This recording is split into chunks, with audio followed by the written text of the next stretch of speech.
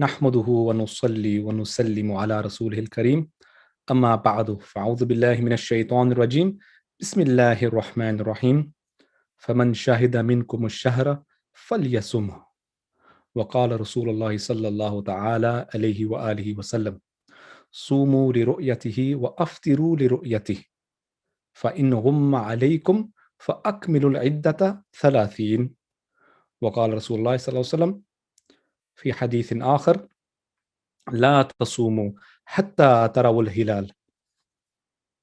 As the old adage goes, we live in strange times. You'd think that the moon sighting issue, controversy, disagreement, debate, by now would be moving towards some kind of agreement and conclusion. But what we are seeing, in fact, is that the arguments are becoming more absurd and even more strange. And in today's short presentation, I'd like to show you and demonstrate why I believe that's the case, and show you some of the arguments by those who oppose a formal agreement that was made on the issue of moon sighting, and show you from a religious point of view, of course, because that's the essence of everything we do from an Islamic Shari'i perspective, but more so from a logical point of view, because we can get the texts out of Islamic law and have long discussions on that. But I want to show you the inconsistency of their arguments and the contradictions that are within them in this presentation. So, as usual, Muslims in Britain are having two Eids. And the public, the Muslim public, are, of course, not happy again. That why is this the case? Why are the scholars and those making the decisions, our imams in the masjids, not coming together and agreeing on one day for Eid? As you all know, this is the Eid-ul-Adha, in which the Eid is celebrated and the sacrifice is given on the 10th of Dhul Hijjah, the day after Arafah, which is on the 9th of Dhul Hijjah. So what happened at the beginning of Dhul Hijjah, in other words, at the end of Dhul Qa'dah? Why are we in this problem again? So our view was that the moon must be sighted, and the Quranic verse which I have cited in the beginning in my khutbah, although it's about Ramadan, it gives you the principle of sighting the moon and beginning the months, and also two hadith I presented to the Prophet ﷺ, which is that you fast according to the sighting of the moon, and you end the fasting according to the sighting of the moon. And also the Prophet ﷺ saying, do not fast until the moon is sighted. So I think everybody agrees from the nas of the Quran that moon visibility, at least, is the criteria by which we start the new months. And our view is that moon visibility, although the scientific information that we have, the visibility maps show where the moon can be sighted, there needs to be a confirmatory actual sighting of the moon as well. So I'm going to show you the position of the moon for the beginning of this particular month of Dhul Hijjah. I will show you the principles that were applied by those that have decided to celebrate Eid a day earlier than the majority of the Sunnis in this particular country. And then I'm going to show you if they apply the same formula which they applied for this particular month for next Ramadan, then what should the outcome be? And that will show you the inconsistency of the formula that they have developed and its application. So you will see here the discussion about, you can see the discussion here I've split into two. So we're going to talk about Dhul Hijjah 1442, which is corresponds to 2021. And then we're going to see if that same formula is applied to a Ramadan of next year, what should be the outcome. So here we have the moon visibility map for Dhul Hijjah that's just been announced a couple of days ago. So you can see the position of the moon here. that on the 10th of July, which was a Saturday, the moon was not visible, of course, in Britain and in Europe. But in Morocco, the code was C, which means it's visible to the unaided eye after found with visible to the unaided eye with an optical aid. Okay, so the code what we were given was C, as you can see here.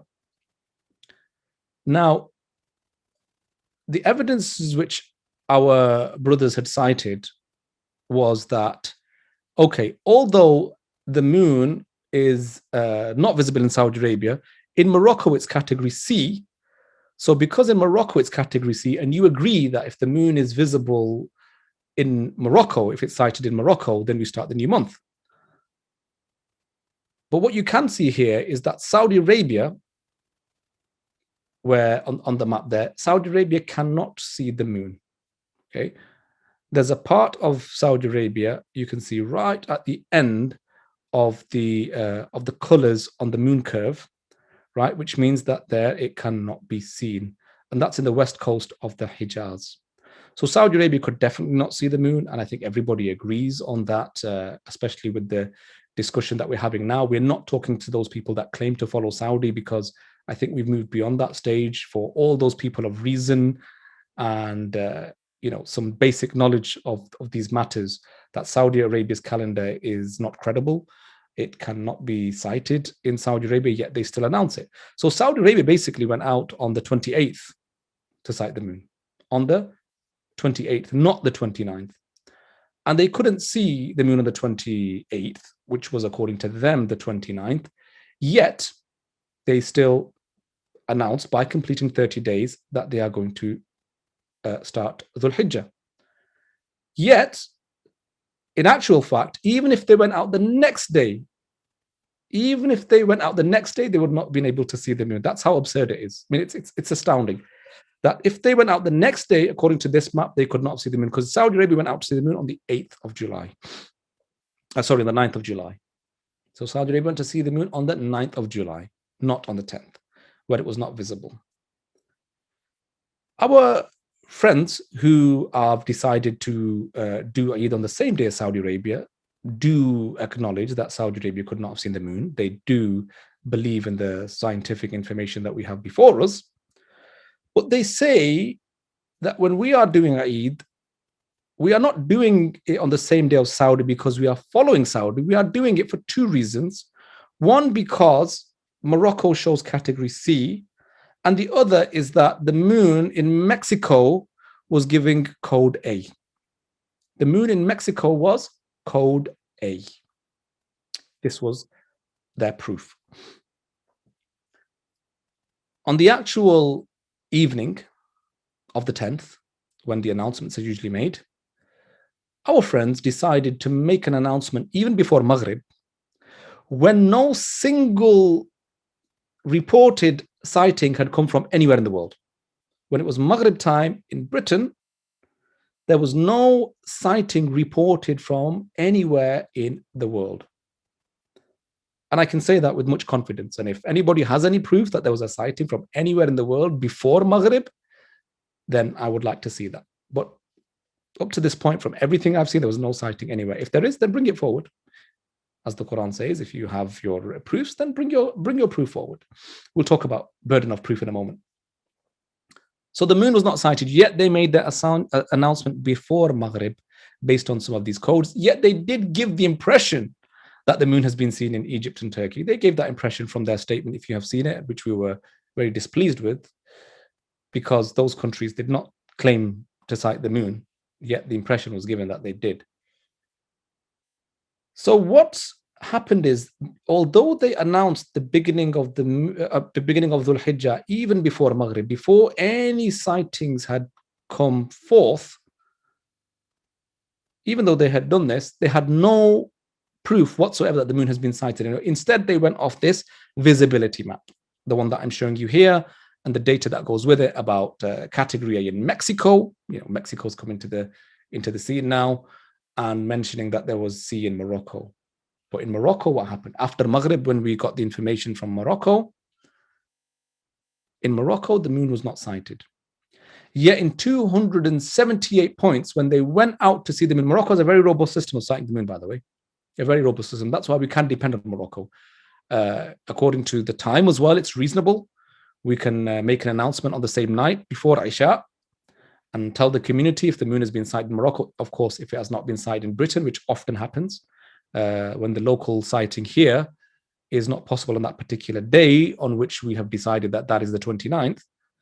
But we see that we look towards, for example, Morocco, because they have a very robust, complete, systematic way of sighting the moon. And you can see here that across 278 points, the moon was not seen anywhere. I'd like to just ask the question, by the way, to the audience as a side point, those that do follow Saudi Arabia.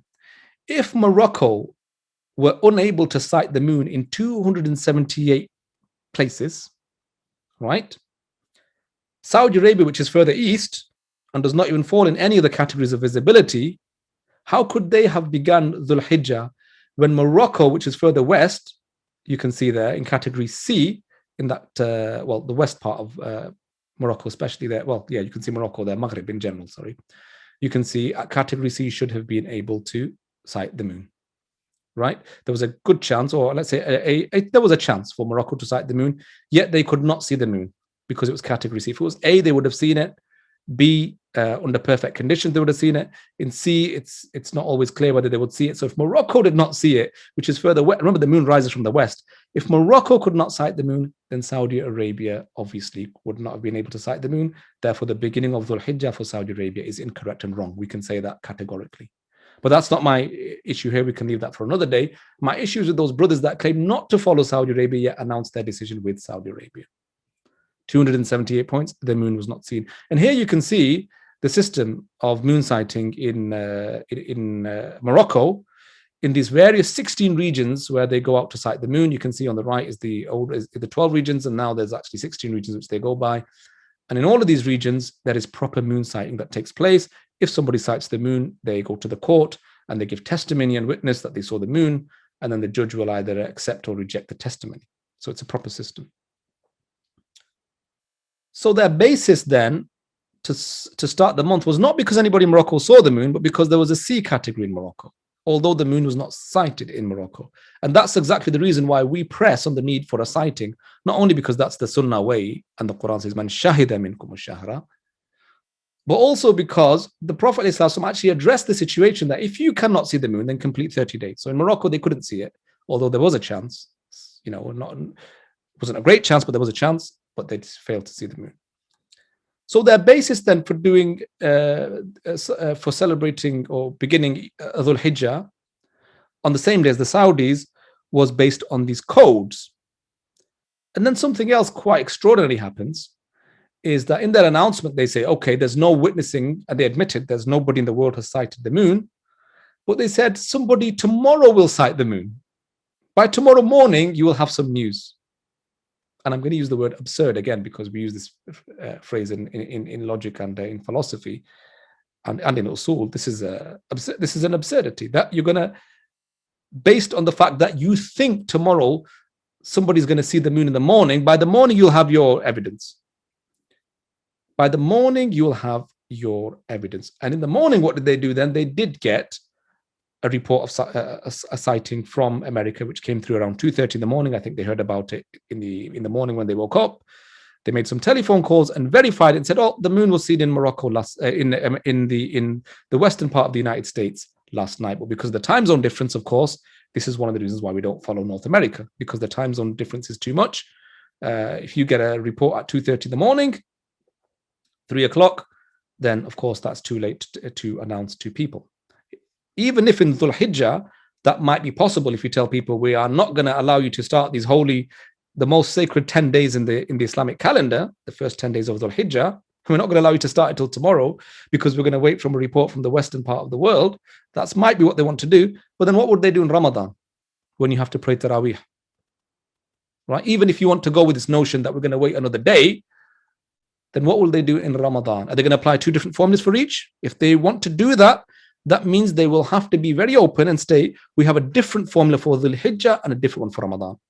In Dhul Hijjah, we're going to make our announcement the next day so that you can still have your Arafah and your Eid, the 9th and the 10th. You will still be able to do that because there'll still be 8 or 9 days left. But for Ramadan, we're not going to do this. But at the same time, then they say, we don't rely on actual sightings. We just rely on the moon visibility map. So why call America and why try to get these verified sightings from the United States?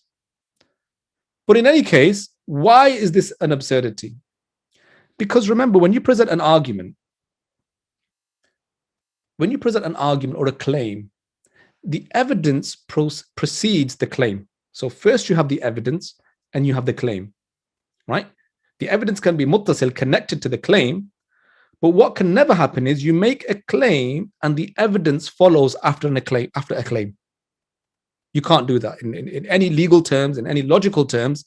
You can't present a claim which was, we have announced the beginning of Dhul Hijjah before Maghrib, not after Maghrib, and yet the next morning you cite the proof for it. You give the proof, the evidence for it.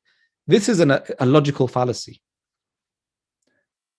It's a type of argumentum ad ignorantium, right? An argument from ignorance, or an appeal to ignorance, we call this. I mean, there's different types of this. There's different examples of this logical fallacy, but one of them is this particular case. So basically, what is an argument of ignorance? An argument of ignorance is that you present an argument, a claim, you present an argument and say that this argument that I'm presenting is true because it is yet to be proven false, right? So you present an argument and say, I'm presenting the argument as it is here, but yet it's not yet been proven false. Or you present an argument and say, here is an argument, but it's yet to be proven true. So they presented the evidence later, but made the claim earlier. And the next day they made a statement saying, we called somebody in the west coast of America, in California, and they said that they had seen the moon last night, yet they had already made their announcement before that and gave a statement of the reasons of why they did Dhul Hijjah with the Saudis, but not giving any, obviously, idea about America until the next day. Connected to the idea of this argumentum ad ignorantium is the burden of proof.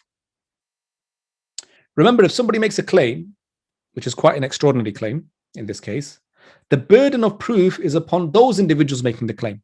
So they've made an announcement even before Maghrib, but let's say they made it even after Maghrib. The burden of proof to establish that the moon has been seen somewhere is upon them. So when we get asked questions here, we are not the ones who are supposed to be the ones questioned. They are the ones that have to provide. The burden of proof is upon them to establish why they have announced Dhul Hijjah on the day that they have, with the criteria that Islam says that this is the criteria. You have to produce your evidence according to the sources from which or about which the argument is happening, which is the Quran, the Sunnah, and the works of the fuqaha, the jurists of Islam. Yet there are none, but the next day. So the burden of proof was upon them at the time that they announced and the time that they made the claim. So the burden of proof is upon you at the time you make the claim. You cannot delay the evidence for another day later. That's a logical fallacy, and it's not allowed in logic. Now, I'm going to move on to looking at Ramadan next year. In our discussions and debates with our friends, and they are our friends, we just hope that they can come to an agreement with us on this and stop this schism between the Sunnis in the UK, and that we can have Eid actually on one particular day. We still believe there's time. We still invite them to do Eid with us on the same day using actually some proper robust method and formula. The method that they cited was that if it's possible to see the moon anywhere in the world which has no more of a time difference than the UK of 6 hours, we don't obviously agree with this, of 6 hours, because if the difference is 6 hours, then because we demand that there must be an actual sighting, we cannot wait 6 hours because that would be too late for Taraweeh. And even for Dhul Hijjah, people are in suspense. They are waiting. Other people are making announcements. But let's say they say, okay, we're going to suspend. We want to do naskh. The idea of moon sighting is mansukh in the Sharia now, the actual moon sighting. We want to replace it with science and the visibility maps, right? We use the visibility maps, of course, to deny a sighting if it's an incredible, impossible sighting. But to establish the months according to the Prophet, there needs to be a sighting. Okay, let's leave that disagreement. You don't want an actual sighting. You're saying as long as it is possible to be seen according to the visibility maps, 6 hours away even, which is why they mentioned Mexico, by the way, because in that previous map, which I did show here, Mexico was category C. So it seems to me, again, that they made the method up after they've made the announcement, they made the method up once they had decided and seen that Morocco was category A, right? So they said 6 hour difference. Then we heard from them, not even a 6 hour difference. Anywhere in the world where the moon can be seen, of course, it won't be in the east, it will be in the west, right? First, the moon rises from the west. If anywhere in the world it's possible, imkanu ru'ya, right?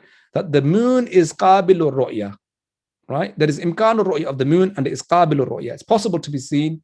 Then we will declare that the following day is the beginning of the new month. This is their own stated formula now, right?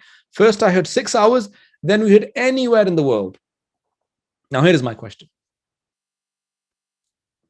Let's look at next Ramadan. And if you will genuinely apply your own formula, right? Genuinely apply your own formula. If we look at this visibility map, the moon, it's possible for the moon to be seen in Mexico again. This is next year, 1st April 2020, Ramadan 1443. Okay? The moon can be seen. It's possible for the moon to be sighted in Mexico. It's also possible for the moon to be sighted in California, which is where they got the report from the next day. If you are true to your formula, this is the challenge I present now. And I guess the main purpose of this talk, if they manage to get this far, is that if you are true to your formula, then at this moment right now, you should be willing to declare the 1st of Ramadan, because you're not waiting for an actual person to sight the moon, as the 2nd of April. That the moon is going to be seen, it's possible for the moon to be seen in Mexico on the 1st of April. Therefore, Ramadan will begin on the 2nd of April to 2022.